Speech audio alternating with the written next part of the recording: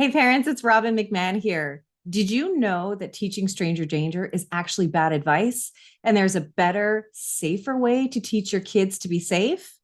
Well, I'm sharing with you exactly what to say and do based on the advice of two safety experts I know and trust.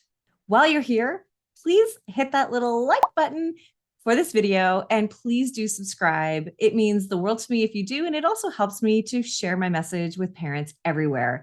If this message resonates with you, please do also share it with other parents that you know to help them keep their kids safe. My channel is all about how to give you peaceful parenting strategies to get more cooperation, to keep your kids safe, and to get better behavior in your home. As a parenting expert, I have helped parents from all over the world with their difficult, challenging kids that oftentimes parents just don't know what to do with the behavior that they're seeing in their kids. And I help them navigate this difficult area of parenting and help them to really regain calm and confidence in their parenting so they have more harmony and peace and joy in their home. Here's some of the clients that I've worked with. This is Jolene, and this is what she said about working with me. By the way, she's a mom to two girls who are in their late teens, early 20s, and also is a foster parent and has adopted a couple of the kids that she's fostered. She has a full house all the time. And this is what she said about our work together. Jolene said, Robbin was so patient and non-judgmental when helping me learn how to parent my kids more peacefully. I hate it when I yell and lose my temper. And now I have the tools to hold space and really listen to my kids. So my response is one of calmness. It's a journey, but now there are less storms on our journey. And Moji from North Vancouver said the following. She said, finding Robbin and talking to her was the best investment I ever did in my parenting life. She is simply amazing, so sweet and kind and understanding, and she makes you feel like you are the best parent. She makes you believe in yourself and be kind to yourself and love and respect yourself. And once you do that, then you can become the best parent for your child and for your children. Now, if you are looking for some help and support in your parenting, you don't have to do this alone. In fact, I can help you get to a new place in your parenting in just 60 days. All you need to do is book a call with me, and the link is below in the description. And I'd love to talk to you about what is going on in your parenting and with your kiddos and how I can help and support you. And you will be held in a space of no judgment, no criticism, just a place where I can listen to you and find out what's going on and offer you help and support and solutions. So please book a call with me today. Love to talk to you. Now, if you're like me, you're watching ABC's The Parent Test. It is a show where they bring parents in who have parenting styles that are all different. They compare and contrast them. And in episode 2, they had an episode called Stranger Danger. And in this episode, they tested the kids by having them be home on their own while somebody came to the door. And it was an actor posed as somebody from the utility company that was trying to get the kids to open the door and then come into their home. And although this was a test for the kids who didn't actually do what we would want them to do, which is to keep the stranger out of the home, it was a real missed opportunity for the parents watching and the parents involved in the show because they talked about stranger danger, but they didn't actually offer any advice or solutions other than really scaring the parents by saying that danger is everywhere. So I want to take this subject on and talk to you about exactly how to teach your kids about staying safe without scaring them. And stranger danger really does give the wrong message because it implies that all strangers are dangerous. So I have elicited this help and support of two people who I know and I really trust in this area. One is Jason Brick, who is a safety expert. He is a black belt as well, and he has the YouTube channel, The Safest Family on the Block. I really recommend you check out his podcast because what you will learn is so helpful. He doesn't just explain the dangers out there. He shows you how to stay safe and also Gary Quesenberry. He's a former federal air marshal, and he's also an author. And he's an author of the books called Spotting Danger Before It Spots You, Spotting Danger Before It Spots Your Kids, and Spotting Danger Before It Spots Your Teens. All of these books are fantastic. I recommend you look for them everywhere. They are everywhere books are sold, and they are full of great information and tools and strategies. And he really focuses on situational awareness and also being a hard target, among many other things. I'm going to put the links below to the discussions that both Gary and Jason and I have had. We've had more than one discussion. So those links are below. So please check out those episodes and check out Gary's book and Jason's channel for more information on the work that they're doing. You will not be sorry that you did, and you'll learn so much from these guys. So here's the thing. When it comes to stranger danger, we can't just teach that strangers are all dangerous, because that simply isn't true. There are good guys out there. So let's say you are out and about with your kids and you get separated. What you want to do is you want to teach your kids to look for certain kinds of strangers, people like employees who are working at the store, people who are security officers or are wearing a uniform.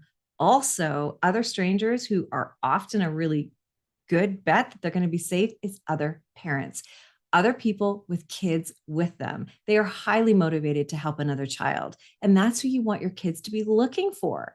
Teaching them this will really help to empower them to get the help that they need.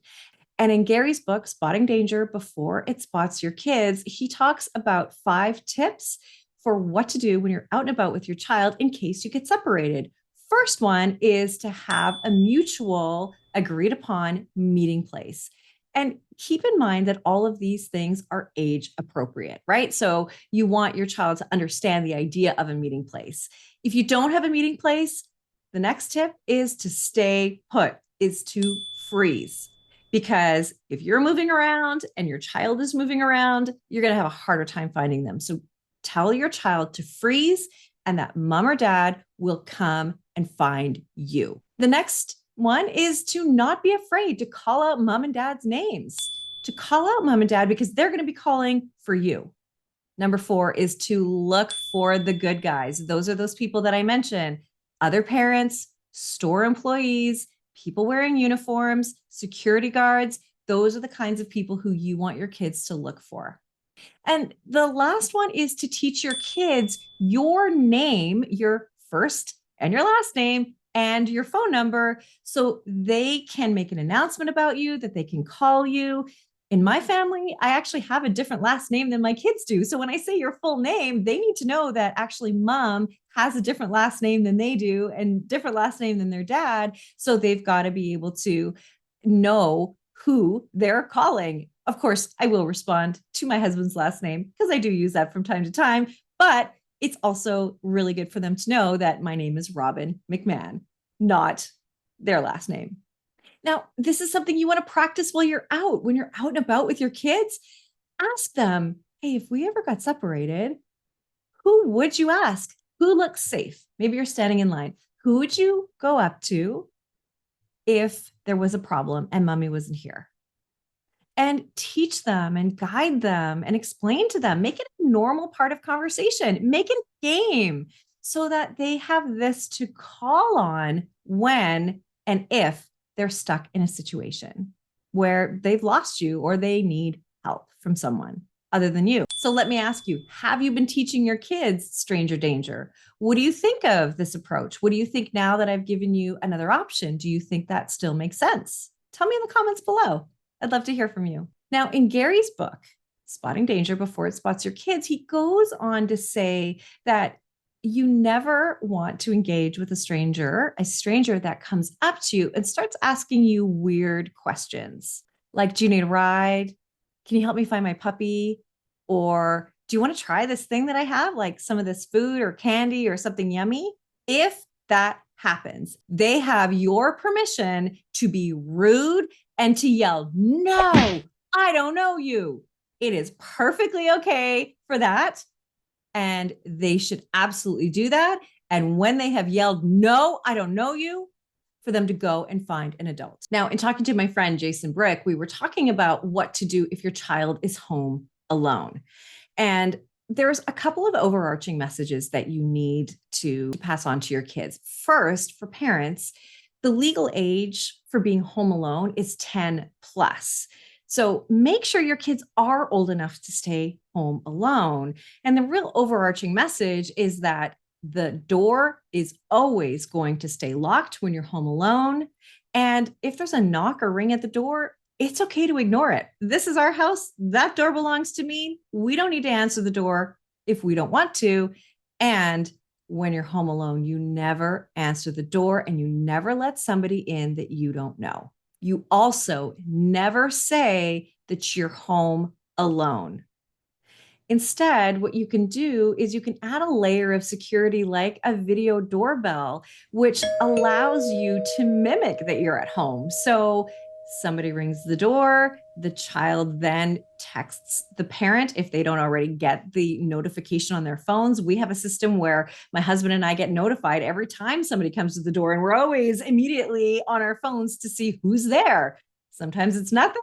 Sometimes it is somebody wanting our attention and wanting to get in. And in the parent test, they had it so that the actor that was playing somebody from the utilities company was adamant about getting inside, adamant about the fact that they needed to check something that was inside the home. Well, we want to tell our kids that even if somebody says that they still do not have to come inside, that they absolutely can deny access to somebody, even if they say that there is a safety issue, that you must call mom and dad, text mom and dad to verify first. If you can't reach mom and dad, then who is another trusted adult that you can talk to? You know, I'm really lucky. One of my next door neighbors is a cop. So if we ever had a problem, we could talk to our neighbor and he could always come over and find out what was going on. So we had another layer of defense. So again, when your kids are home alone, if you do have a video doorbell, that is a great layer of security. Somebody comes to the door, your child texts you use the app to speak to the person at the front door, talk to them. So it looks like you're home. It appears that you're home. You deal with the situation and send them away from there, and your child doesn't have to be involved at all. We're really lucky to be living in a time and a place where we have access to technology like this to help keep our kids safe. But even if you don't have a video doorbell, you want to empower your kids to let them know that it's absolutely okay to ignore the door, to not answer the door, to act as though you aren't even home. Your home is a safe and sacred place, and nobody is allowed to be in there that mom and dad have not already approved. All in all, it's just really important for you to understand that teaching your kids that all strangers are dangerous isn't a good message. There are people who can be trusted adults in your child's life. Those are the people that I mentioned, but also in terms of the circle of trusted, caring adults in your life who can surround your children with safety and guidance. You want to be able to identify those people. So talk to your kids about it. Make it a normal part of conversation. So when you're out and about, identify who the safe adults are. When you're at home, who is safe that's around you? Is it your neighbors? Is it relatives that are nearby? Identify those people so your kids know who to go to when they need help and support. Have names and numbers of people who are safe by the door. Have the steps for what they need to do if somebody comes to the door. It's just really helpful because when we're stressed, we do forget things, and we just want to help our kids be as safe as possible. And in general, let's talk about those trusted adults. I'll tell you that when my kids were little and my nieces were little, one of my nieces said, in a school project that they had about this very topic on trusted adults, she said that I was one of her trusted adults. And that made me feel so good that she knows that I'm there to help her no matter what. I love that. And so don't be afraid to ask somebody to be there, to be somebody that you can call on, or your child can call on if they need help and support, if they're scared or need something. I know that it'll make them feel really good. It'll make the other person feel really great. So please do that. Don't hesitate. And thank you so much for watching. Don't forget to subscribe. And on the subject of keeping your kids safe, I really do want you to watch this video next on sextortion, because if you have a child that has a device and access to the internet, that means that criminals and predators have access to them. So this is a really important message for you to hear as well. Thanks so much for watching. I'll see you in my next video. Bye for now.